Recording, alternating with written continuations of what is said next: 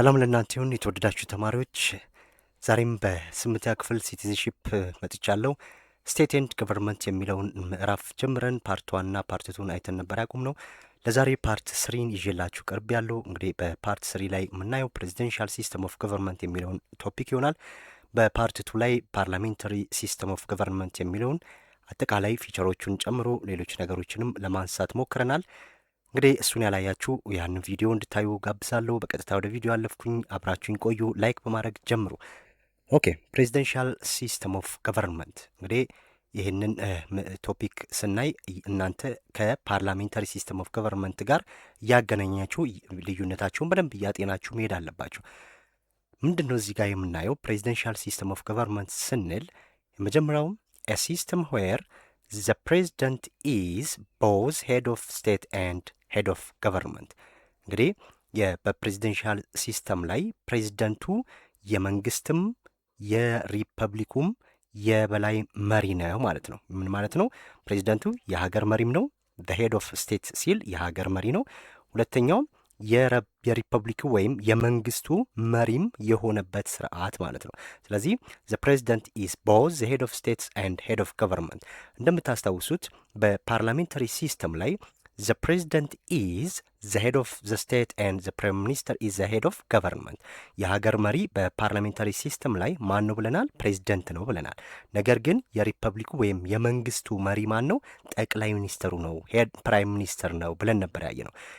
በዚህ በፕሬዚደንሻል ሲስተም ኦፍ ገቨርንመንት ግን ዘ ፕሬዚደንት ኢዝ ቦዝ ዘ ሄድ ኦፍ ዘ ስቴት ኤንድ ዘ ሄድ ኦፍ ገቨርንመንት። እንግዲህ የሀገር መሪና የመንግስት መሪ ስንል ለምሳሌ እሱ አሁን በአሜሪካ ፕሬዚደንሻል ሲስተም ስናይ ሁለት አይነት የቡድኖች ናቸው አይደል ያሉት። ያ ማለት ሪፐብሊካን የሚባሉ አሉ፣ እንዲሁም ዲሞክራት የሚባሉ አሉ። ሁለት ተፎካካሪ ፓርቲዎች ናቸው በአሜሪካ ምርጫ ላይ የሚሳተፉት ወይም በአሜሪካ አጠቃላይ ሂደት ውስጥ ያሉት እነዚህ ሁለቱ ናቸው። ሪፐብሊካን የሚባሉ አሉ፣ እንዲሁም ዴሞክራት የሚባሉ አሉ። ስለዚህም ለምሳሌ ዴሞክራቶች ወይም ሪፐብሊካኖች ካሸነፉ ይህ የሪፐብሊካኑ የወከለው መሪ ፕሬዚደንቱ የሪፐብሊካኑ መሪ ነው ማለት ነው። ወይም ዴሞክራቶች ካሸነፉ ከዲሞክራቶች ከሆነ ፕሬዚደንቱ የተመረጠው ያ የዲሞክራቶች መሪም ነው። ያ ማለት የመንግስቱ መሪ ማን ነው ማለት ነው? የዲሞክራቶች መሪ ነው ማለት ነው። እንዲሁም ሀገሪቷን አጠቃላይ አሜሪካንንም የሚያስተዳድራት መሪው ፕሬዚደንቱ የሁለቱም የሀገሪቷም የመንግስቱም መሪ ተደርጎ የሚቆጠርበት የመንግስት ስርዓት ነው ማለት ነው ፕሬዚደንሻል ሲስተም። ሶ ዘ ፕሬዚደንት ኤንድ ሌጊስሌቸር አር ዳይሬክትሊ ኤሌክትድ ባይ ዘ ፒፕል። ይሄ እንግዲህ ምን እያለን ነው? በፕሬዚደንሻል ሲስተም ላይ ፕሬዚደንቱ እና ይሄ የሌጊስሌቸር ስንል የህግ መወሰኛው ህግ አውጪው ማለት ነው። ስለዚህ ፕሬዚደንቱና ህግ አውጪው አካል በተናጠል በህዝብ ነው የሚመረጡት፣ በቀጥታ በህዝብ ነው የሚመረጡት ማለት ነው። አያችሁ? ስለዚህ በህዝብ በቀጥታ የሚመረጡበት ስርዓት ነው። እንግዲህ እንደምናስታውሰው በፓርላሜንታሪ ሲስተም ኦፍ ገቨርንመንት ላይ ምን አይተናል? በጠቅላይ ሚኒስትሩ በቀጥታ በህዝብ አይመረጥም አደለ? ማን ነው የሚመረጠው ስንል የኤችፒአር ወይም የፓርላማው አባላት ናቸው በቀጥታ በህዝብ የሚመረጡት። ስለዚህ ከፓርላማ አባላት ውስጥ ብዙ ቁጥር ያገኘው ያ መንግስትነትን ስልጣን ይዛል ማለት ነው። ከዛ ከመንግስትነት ስልጣን ከያዙት ቡድኖች ውስጥ ደግሞ እዛ ውስጥ ምን ይመረጣል? ጠቅላይ ሚኒስተር ይመረጣል። ነገር ግን በፕሬዚደንሻል ሲስተም የህግ መወሰኛውና ፕሬዚደንቱ በቀጥታ በህዝብ ይመረጣሉ ማለት ነው። ይመረጣሉ። ሶ ዘ ኤክስኪዩቲቭ ኢዝ ሴፓሬት ፍሮም ዘ ሌጊስሌቸር። አያችሁ? አሁን የህግ አስፈጻሚው አካል ከህግ አውጪው አካል ጋር ምንድናቸው? የተለዩ ናቸው ማለት ነው። ስለዚህ ህግ አስፈጻሚው አካል ከህግ አውጪው አካል የተለየ ነው። በፓርላሜንታሪ ሲስተም ላይ ምን አይተናል? የህግ አውጪው አካልና የህግ አውጪው አካል የዚህ የህግ አስፈጻሚው አካልም ነው። ያ ማለት ፊውዥን ኦፍ ፓወር ነው እዚህ ውስጥ ያለው ማለት ነው። በፓርላሜንታሪ ሲስተም ላይ ያየነው ፊውዥን ኦፍ ፓወር ነው። የህግ አውጪው አካል የፓርላማ አባላት ናቸው። ፓርላማ ደግሞ ህግ ያወጣል። ማን ነው? የህግ አስፈጻሚው አካል የፓርላማ አባላት ናቸው። ሚኒስትሮች ሁሉም የፓርላማ አባላት ናቸው። ስለዚህ እነዚያ የፓርላማ አባላት ደግሞ ምንድን ናቸው? ድጋሚ ህግ አውጪም ናቸው። ስለዚህ ህግ አስፈጻሚውና ህግ አውጪው አካል የተነጣጠለ አይደለም በፓርላሜንታሪ ሲስተም ላይ። በፕሬዚደንሻል ሲስተም ላይ ግን የህግ አውጪው የህግ አስፈጻሚው አካል ኦር ኤክስኪዩቲቭ የምንለው ብራንች ከሌጊስሌቸሩ ምን የሆነ ነው? የተለየ ነው። ሶ ዘ ኤክስኪዩቲቭ ኢዝ ሴፓሬት ፍሮም ዘ ሌጊስሌቸር። ይሄ ዋና ዋና የፕሬዚደንሻል ሲስተም ስንል የምናነሳቸው ነጥቦች ናቸው።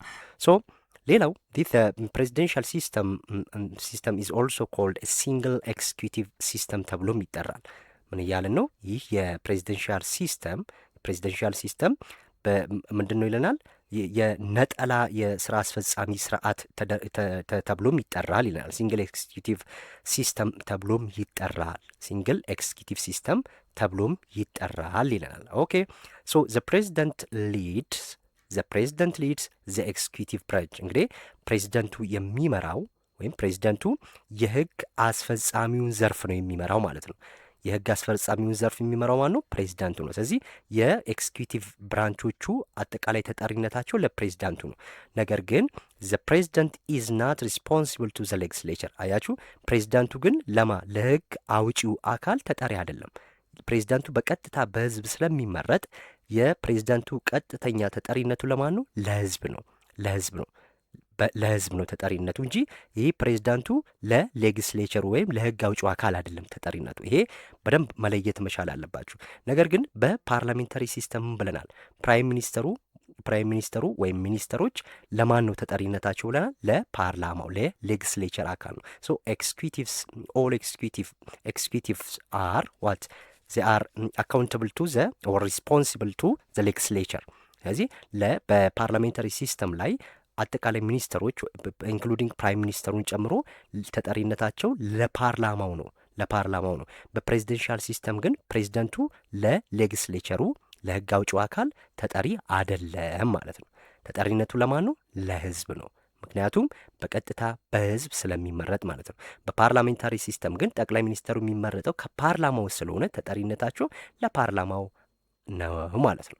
ኦኬ ዜር ኢዝ ኖ ፊውዥን ኦፍ ፓወር። ይሄ ዋናው የፕሬዚደንሻል ሲስተም ስናነሳ ዋናው መገለጫ ተደርጎ የሚወሰደው አንዱ ይሄ ዜር ኢዝ ኖ ፊውዥን ኦፍ ፓወር በት ኢን ኬዝ ኦፍ ፓርላሜንታሪ ሲስተም ላይ ምንድን ያለው ፊውዥን ኦፍ ፓወር ነው። ይሄ እነዚህ ሶስቱ ብራንቾች ምንድን ናቸው?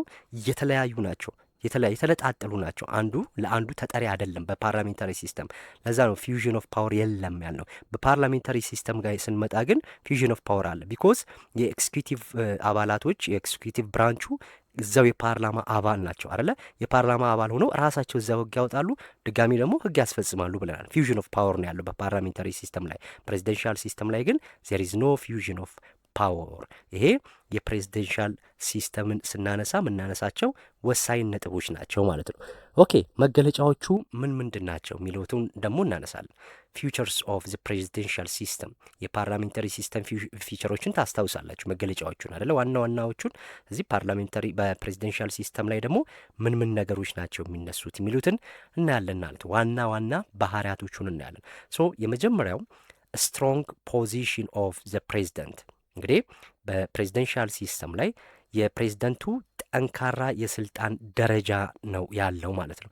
በፓርላሜንታሪ ሲስተም ላይ ትሩ ኤክስኪዩቲቭ አውቶሪቲ ወርኪንግ ክላሱ አጠቃላይ ኤክስኪዩቲቭ ግሩፑን የሚቆጣጠረው ወይም በጠንካራ የስልጣን ደረጃ ያለው በፓርላሜንታሪ ሲስተም ፕራይም ሚኒስተሩ ነው። በፕሬዚደንሻል ሲስተም ላይ ግን ፕራይም ሚኒስተር የሚባል ስለሌለ አጠቃላይ ጠንካራ የስልጣን ባለቤት ተደርጎ የሚወሰደው ማን ነው? ፕሬዚደንቱ ነው ማለት ነው። ሶ ስትሮንግ ፖዚሽን ኦፍ ዘ ፕሬዚደንት አለን። እዚህ ላይ ምንድን ነው የምናነሳው? ፕሬዚደንት ሆልድስ ኤክስኪዩቲቭ ፓወር። አንደኛው ይሄ ነው። ፕሬዚዳንቱ ሙሉ የስራ አስፈጻሚነት ስልጣን አለው ማለት ነው። ስለዚህ ፕሬዚዳንቱ ሙሉ የስራ አስፈጻሚነት ምን አለው? ስልጣን ነው ያለው። የስራ አስፈጻሚነት ስልጣን አለው ማለት ነው። ሁለተኛው ዘ ፕሬዚደንት ኢዝ ዳይሬክትሊ ኢሌክትድ ባይ ዘ ፒፕል።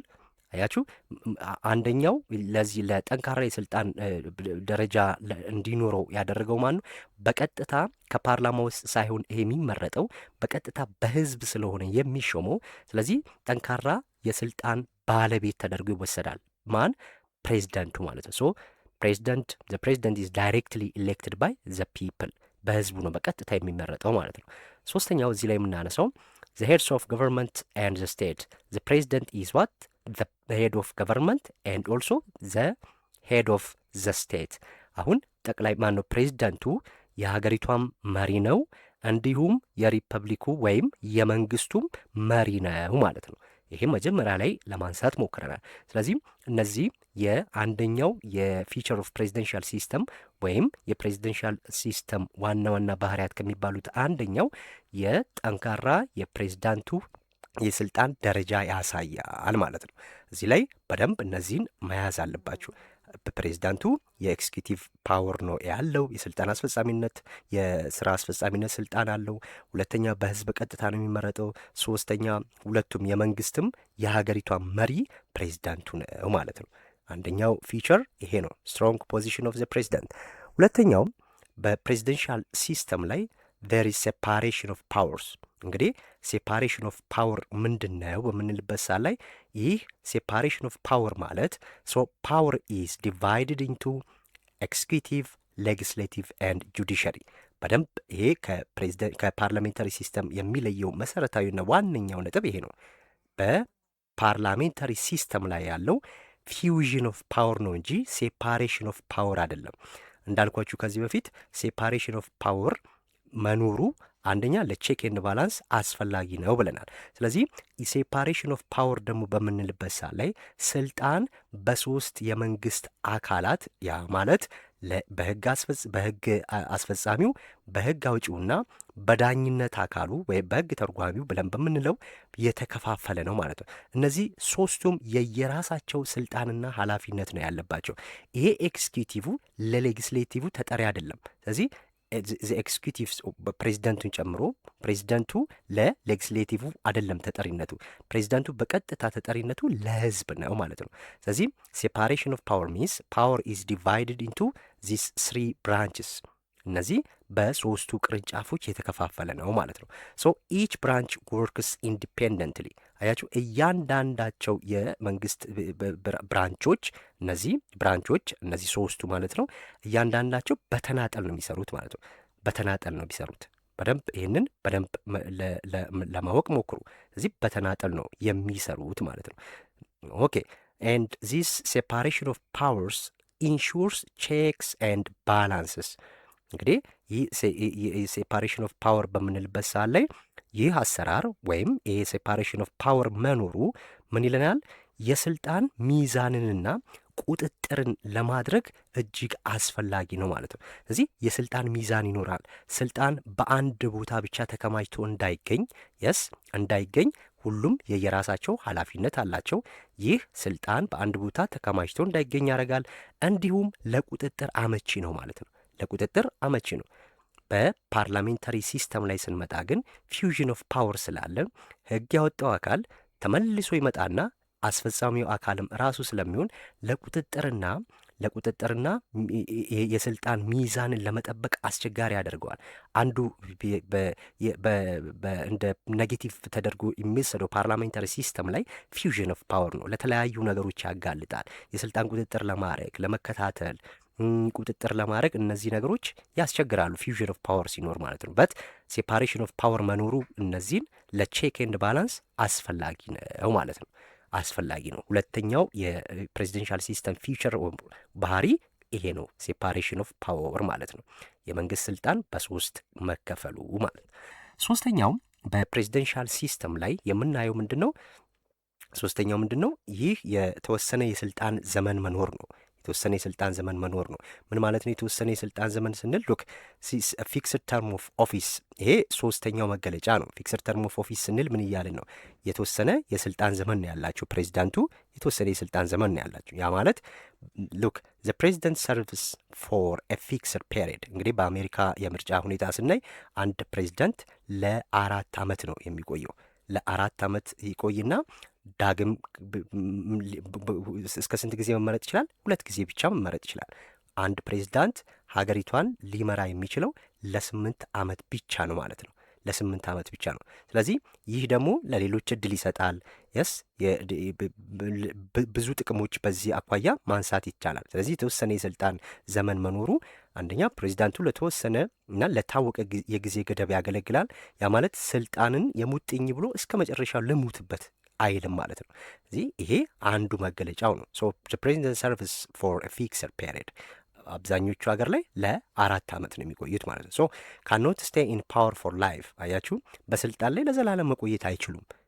ወይም እስከፈለጉት እስኪያረጁ ድረስ አርጂተውም እንምራ የሚሉ ሀገራት አሉ። ስፔሻሊ አፍሪካ ሀገራትን በምናይበት ሰዓት ላይ አንደኛ ይሄ ነገር መኖሩ ይሄ የተወሰነ የስልጣን ገደብ መኖሩ ለአምባገነንነት እንዳይፈጠር መቆጣጠር ይቻላል። ያ ማለት ግን በ4 ዓመት ሂደት ውስጥ አምባገነን መሆን አይችልም ማለት ሳይሆን እስከ ዘላለም ሲመራ ምን ይሆናል? በስልጣን መባለግን ሊፈጥር ይችላል። ስለዚህም ይሄ ነገር አንዱ ጥቅሙ ይሄኛውን ማየት ይቻላል ማለት ነው። ሶ ኤግዛምፕል በምናይበት ሳ ላይ አሜሪካንን ማየት ይቻላል። እንግዲህ ፕሬዚደንሻል ሲስተም ከምትነሳ ሀገር ላይ ፕሬዚደንሻል ሲስተም ከሚጠቀሙ ሀገራት አንዷ የምትነሳው አሜሪካ ናት። እንግዲህ በአሜሪካ የስልጣን ገደብ 4 ዓመት ነው። አንድ ፕሬዚዳንት ለ4 ዓመት ይቆያል። ዳግም ከተመረጠ ለሁለተኛ ጊዜ አሁንም 4 ዓመት ጨምሮ ይመራል። ከዛ በኋላ ግን መሄድ አይችልም ማለት ነው። ስለዚህ ለ4 ዓመት ይመራል። ማክሲመም 2 ተርም ነው መምራት የሚችለው። ስለዚህ 2 ጊዜ ብቻ መመረጥ ይችላል ማለት ነው። አጠቃላይ ለ8 ዓመት ብቻ የሚመራው ማለት ነው ፕሬዚዳንቱ። በሌሎቹ በፓርላሜንታሪ ሲስተም ግን ያው ምርጫ ይካሄዳል። እስከ አሸነፍን እስከሚሉበት ወይ እስከተመረጠ ድረስ መሄድ ይችላል። ገደብ የለውም። ስለዚህ ያ ደግሞ ገደብ አለመኖሩ አንደኛ ስልጣን እየጣፈጠ እንዲሁም ለመውረድ ያለመፈለግ ነገር እየመጣ አምባገንነትም ከመፈጠር አኳያ ለተለያዩ ነገሮች ሊያጋልጥ ይችላል። ለተወሰነ ጊዜ ግን መምራት አንድ በቀጣይ ላልመረጥ እችላለሁ መጥፎ ከሰራ ብሎ ስለሚያስብ የተሻለ ለመስራት ያስባል። የስ ወይም በራሱ ፍቃድ ሕግን ካላሻሻለ በስተቀር ይሄ ስልጣኑን ይገድብበታል ማለት ነው። ይሄ ሶስተኛው የፕሬዚደንሻል ሲስተም መገለጫ የተወሰነ የስልጣን ዘመን መኖር ነው ማለት ነው። ኦኬ the fourth features of this presidential system is impeachment process። እንግዲህ ይህ የኢምፒችመንት ፕሮሰስ ማለት የክስ መመስረት ሂደትን የሚመለከት ነው። እንግዲህ በፕሬዚዳንቱ ላይ ክስ መመስረት አቅም ያለው ማን ነው ስንል ሉክ ሌጊስሌቸር ካን ሪሙቭ ዘ ፕሬዚዳንት አለ። እንግዲህ ሌጊስሌቸር ስንል ይሄ የህግ መወሰኛው ነው አለ የህግ አውጪው ወይም የህግ መወሰኛው ምክር ቤት ማለት ነው። ስለዚህ ይህ የሌጊስሌቸር ምን ማድረግ ይችላል? ፕሬዚዳንቱን ማውረድ ይችላል ይላል። እንዴት ነው የሚወርደው ነው ጥያቄው። ስለዚህ ሉክ ፕሬዚዳንቱን ማውረድ የሚችለው አንደኛው ሉክ ዩዝድ ዚስ ኢምፒችመንት ዩዝድ ኢፍ ዘ ፕሬዚዳንት ዋን ቫዮሌትስ ዘ ኮንስቲቱሽን። እንግዲህ ፕሬዚዳንቱ ህገ መንግስቱን ጥሶ ከተገኘ ያቺ ሀገር የምትተዳደርበትን ህገ መንግስት ጥሶ ከተገኘ አንድ ይህ ሌጊስሌቸሩ ክስ በመመስረት ኢምፒችመንት ፕሮሰስን በማካሄድ ምን ሊያደርገው ይችላል? ከስልጣን ሊያስወግዱት ይችላሉ ማለት ነው። ሁለተኛ ፌልስ ቱ ፕሮቴክት ዘ ካንትሪ። ሁለተኛ ደግሞ ምን በማድረግ ሀገርን የመጠበቅ ኃላፊነታቸውን ካልተወጡ፣ ሀገርን ካስደፈሩ፣ ስለዚህ ስልጣናቸውን ተጠቅመው ሀገራቸውን ዳር ድንበራቸውን ማስጠበቅ ካልቻሉ የህግ መወሰኛው ምክር ቤት ክስ በመመስረት ኢምፒችመንት ፕሮሰስ በማካሄድ ከስልጣን ሊያስወርዳቸው ይችላል ማለት ነው። ይችላል። ሶ ይህ ነገር ለምን ይጠቅማል? ኢምፒችመንት ፕሮሰስ ስንል ዚስ ኢምፒችመንት ፕሮሰስ ኢንሹርስ አካውንታቢሊቲ። አያችሁ። ስለዚህ ይህ ሂደት ተጠያቂነትን ያረጋግጣል ማለት ነው። ስለዚህ ተጠያቂ መሆን ካልቻለ የህግ መወሰኛው ምክር ቤት ክስ መስርቶ ከስልጣን ሊያስወርዱት ስለሚችል ይህንን ነገር በደንብ ሊገነዘበው ይችላል። ስለዚህ ኮንስቲቱሽንም ቫዮሌት አያደርግም፣ እንዲሁም ሀገሩን ዳር ድንበሩን በትክክል ለማስጠበቅ ይሰራል ማለት ነው። ይሄም አራተኛው መገለጫ ኢምፒችመንት ፕሮሰስ ነው። ኢምፒችመንት ፕሮሰስ ሌጊስሌቲቭ ፕሬዚዳንቱን የሚያወርድበት ሂደት ነው፣ ክስ የመመስረት ሂደት ነው ማለት ነው። ፕሬዚዳንቱን ክስ መስርቶ በሁለት ምክንያቶች እዚህ ጋር በተገለጹት ሊያወርዱት ይችላሉ። ይሄ አራቱ ፕሬዚደንሻል ሲስተም መገለጫዎች ናቸው ማለት ነው። ኦኬ እንግዲህ እነዚህ አራቱ አሁን ያያችኋቸው መጽሐፍ ላይ ያሉ ናቸው። ተጨማሪ ግን ፕሬዚደንሻል ሲስተም ላይ አዲሽናል ፊቸሮች እነዚህን ማየት ያስፈልጋል። ምን ይለናል? ሉክ ፕሬዚደንት አፖይንትስ ሚኒስተር። እንግዲህ ቅድም ምን ብለናል? እነዛ ሚኒስተሮች በኤክስኪዩቲቭ ብራንች ውስጥ ያሉት ሚኒስተሮችን የመሾም ስልጣኑ የማን ነው? የፕሬዚደንቱ ነው ብለናል። ምክንያቱም እዛ ውስጥ ያሉት ሚኒስተሮች ተጠሪነታቸው ለፕሬዚደንቱ ነው። ፕሬዚደንቱ ግን ለህግ አስፈጻሚው አካል ተጠሪ አይደለም። ፕሬዚዳንቱ ተጠሪነቱ ለህዝብ ነው። ያ ማለት ግን ሀገሩን ሲያስጠብር ህገ መንግስቱን ሲደፍር ሌጊስሌቸር ብራንቹ ዝም ይለዋል ማለት አይደለም። ሌጊስሌቲቭ ብራንቹ ምን ማድረግ ይችላል? ኢምፒችመንት ፕሮሰስ አካሂዶ ከስልጣን ሊያስወርዱት ይችላሉ ማለት ነው።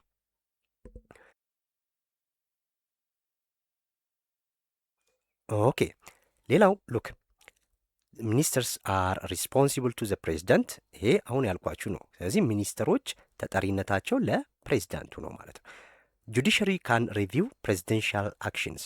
እንግዲህ አሁን እዚህ ጋር ደግሞ ምንድን ነው እያለን ያለው? ጁዲሽሪ ምን ያደርጋላለን?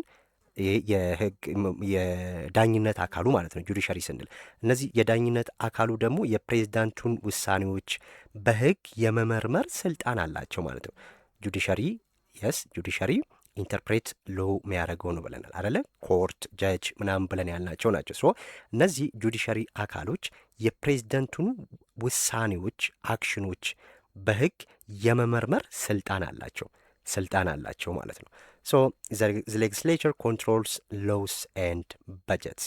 እንግዲህ የህግ መወሰኛው ወይም የህግ አውጪው አካል የሀገሪቷን ህጎች እንዲሁም በጀት የመቆጣጠር ኃላፊነት አለበት ማለት ነው። እነዚህ ተጨማሪ የፕሬዚደንሻል ሲስተም ፊቸሮች ናቸው።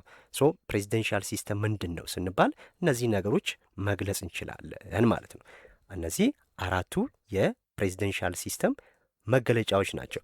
ኦኬ ፕሬዚደንሻል ሲስተም የሚጠቀሙ ሀገራት የትኞቹ ናቸው ስንል የመጀመሪያዋ ዩናይትድ ስቴትስ አለች። ዩናይትድ ስቴትስ ኦፍ አሜሪካ ዩኤስኤ፣ ዜን ፍራንስ ፕሬዚደንሻል እነዚህ ፕሬዚደንሻል ሲስተም ኦፍ ገቨርንመንት ነው የሚጠቀሙት። ብራዚል፣ አርጀንቲና፣ ቺሊ፣ ሜክሲኮ፣ ከአፍሪካ ኬንያ ጎረቤታችንን መጥቀስ እንችላለን።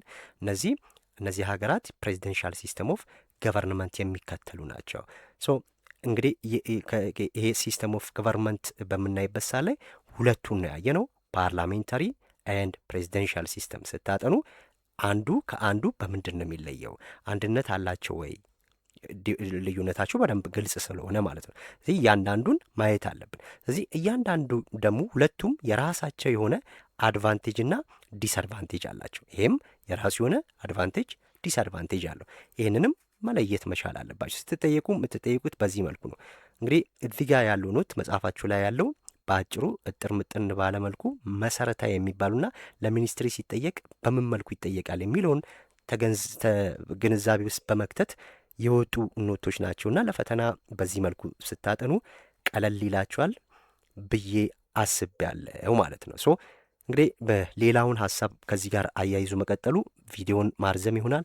በቀጣይ ሌሎችን ፎርምስ ኦፍ ገቨርንመንት የሚለውን ዘ ሪሌሽን ቢትዊን ስቴት ኤንድ ገቨርንመንት የሚለውን ሀሳብ ይዤላችሁ እመጣለሁ። ሀሳብ፣ አስተያየት፣ ጥያቄ ማንኛውም ነገር ካለ በኮሜንት አስቀምጡልኝ። ላይክ፣ ሼር፣ ኮሜንት፣ ሰብስክራይብ ማድረግም አትርሱ። በቀጣይ እስከምንገናኝ መልካም ቆይታ።